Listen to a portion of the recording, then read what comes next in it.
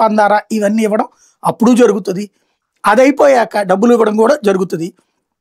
అది అయిపోయాక జగన్ వెళ్ళేవాడు జనం దగ్గరికి, వెళ్ళి అందిందా లేదా ఇది కనుక్కునేవాడు. అంటే అక్కడ 100% అందాల్సిందే నేను వచ్చేటప్పటికి అనేటటువంటిది అతని ఫార్ములా. అంటే అతని అడ్మినిస్ట్రేటివ్ స్టైల్ ఆఫ్ ఫంక్షనింగ్ అది. ముందు పబ్లిక్ కి సంబంధించిన అధికారులు ఫీల్డ్లోనే ఉండాలి, గ్రౌండ్ లెవెల్లోనే తిరగాలి. అదంతా అయిపోయాక పరిష్కారం చకచక అయిపోవాలి. అయిపోయిన తర్వాత డబ్బులు కూడా ఇచ్చేయాలి, వాళ్ళ ఇళ్ళకి కూడా చేరిపోవాలి.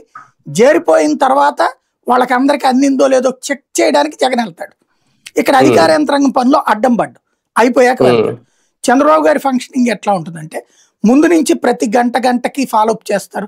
ఏమయ్యా మీరు అక్కడ రెడీగా ఉన్నారా, పడవోళ్ళు రెడీగా ఉన్నారా, మత్స్యకారుల్ని అవతలకి తరలించారా లేదా, లేదు అక్కడ ఉన్నటువంటి ఫైర్ డిపార్ట్మెంట్ రెడీలో ఉందా, ఎస్డిఆర్ఎఫ్ రెడీలో ఉందా, ఎన్డీఆర్ఎఫ్ రెడీలో ఉందా, ఇట్లా ఒక్కొక్క డిపార్ట్మెంట్ అడుగుతారు ఫోన్లు చేసి.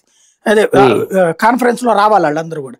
సార్ మేము ప్రిపేర్డ్గా ఉన్నాం సార్, ఎంతమంది ఉన్నారు సార్, ఇన్ని చేస్తున్నాం సార్ అంటే మధ్యలో ఈయన సలహా చెప్తారు, తాళ్ళు ఉన్నాయా లేదా అంటే ఉన్నాయి సార్, ఓకే రైట్ అయితే ప్రొసీడ్. ఇట్లాగా ఈయన ఏంటంటే కమాండర్ వ్యవహారం నడుపుతారు అనమాట.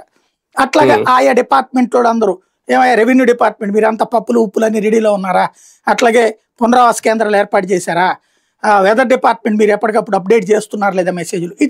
ఇదంతా ఏంటంటే పోలీస్ డిపార్ట్మెంట్లో ఉండే స్టైల్ అనమాట. ఏమయ్యా నువ్వు వెళ్ళావా, ఏమయ్యా నువ్వు చేసావా, ఇట్లా ఉంటుంది కదా. ఈ స్టైల్ ఆఫ్ ఫంక్షనింగ్ అయింది, జరిగిపోయింది. అయిపోయిన తర్వాత వాట్ నెక్స్ట్ ప్రజాప్రతినిధులు అందరూ